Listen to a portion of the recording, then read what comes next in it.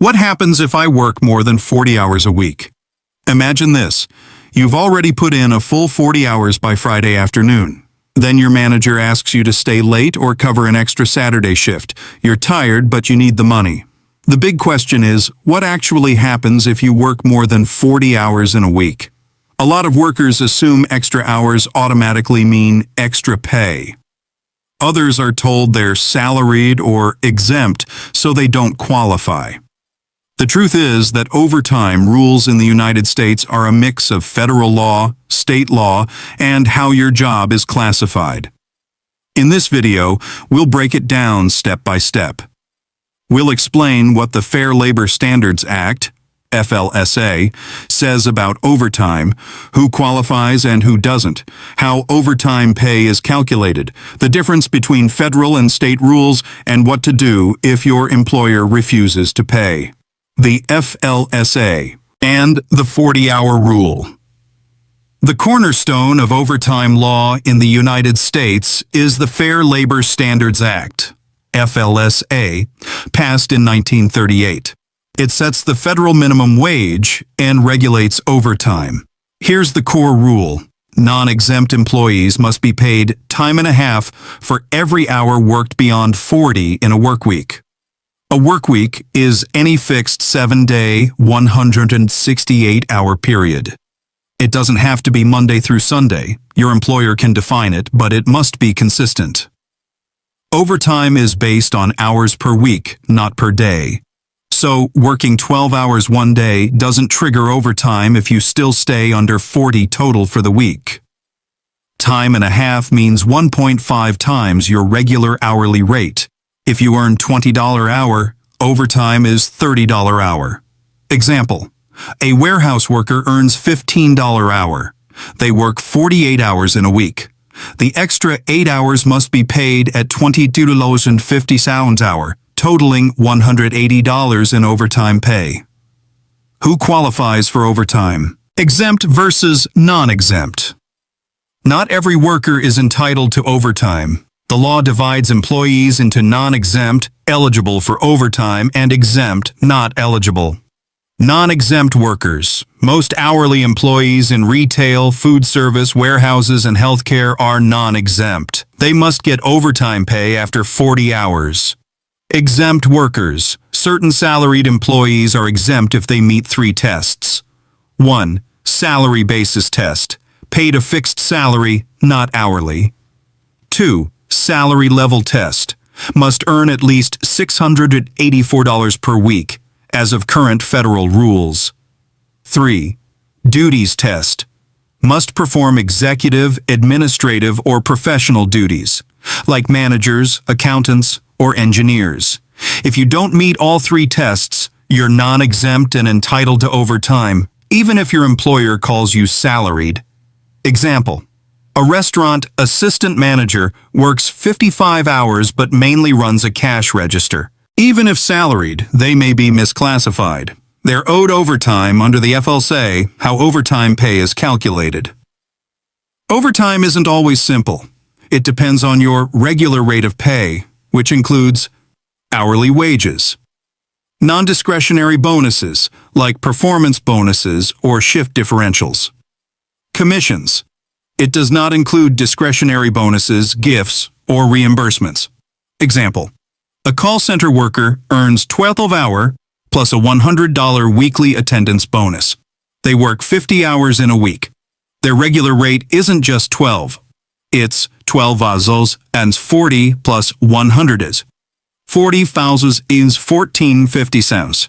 Overtime is 1.5 as 1450s plus it 21.75 hour for 10 hours, totaling 217.50 cents.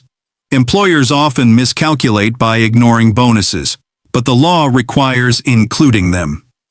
Daily overtime in some states. While federal law counts by week, some states go further. California requires overtime after 8 hours in a day and double time after 12. So, Colorado requires overtime after 12 hours in a day or 40 hours in a week. Alaska and Nevada also mandate daily overtime. Example, A worker in California earns $20 hour. They work 10 hours Monday, 10 hours Tuesday, and 20 hours the rest of the week.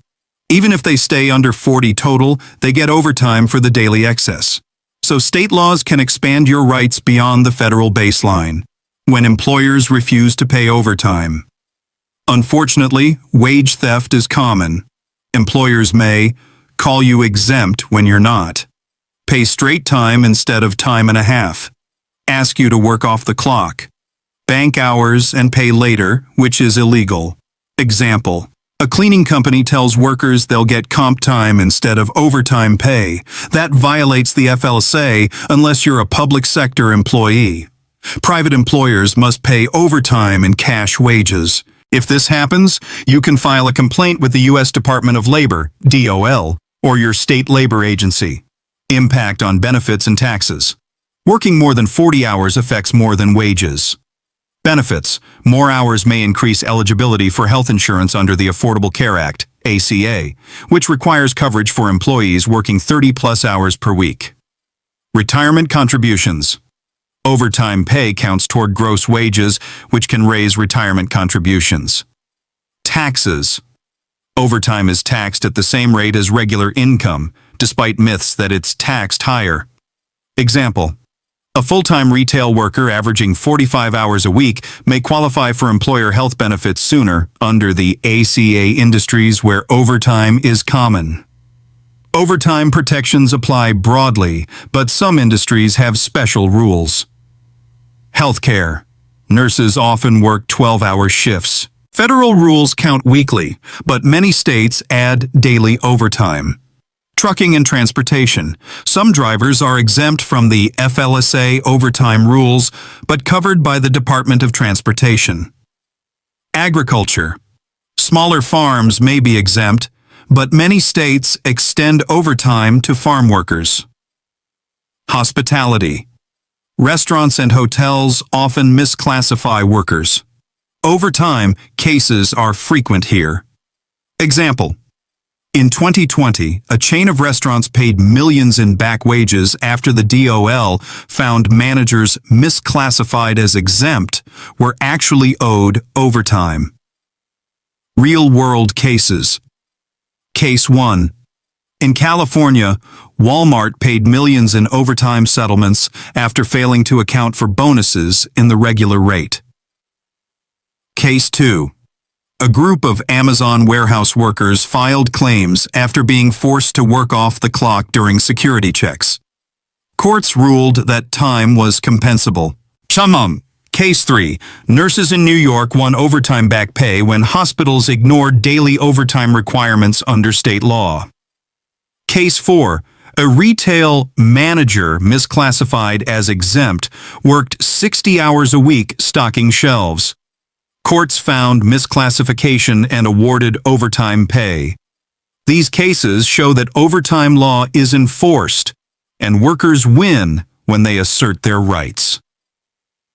What workers can do. If you work more than 40 hours a week, here's what to do. 1. Track your hours. Keep personal records. Don't rely only on employer systems. 2. Check your classification. Make sure you're truly exempt if salaried. 3. Look at state laws. States like California, Colorado, and Alaska add daily overtime rights. 4. File complaints. Contact the DOL Wage and Hour Division or your state labor board. 5. Watch for retaliation. Employers cannot cut hours, fire, or threaten you for demanding overtime pay. Example: a grocery worker keeps a notebook of actual hours. When the employer refuses overtime pay, the worker presents records to the state labor board and recovers back pay. The bigger picture.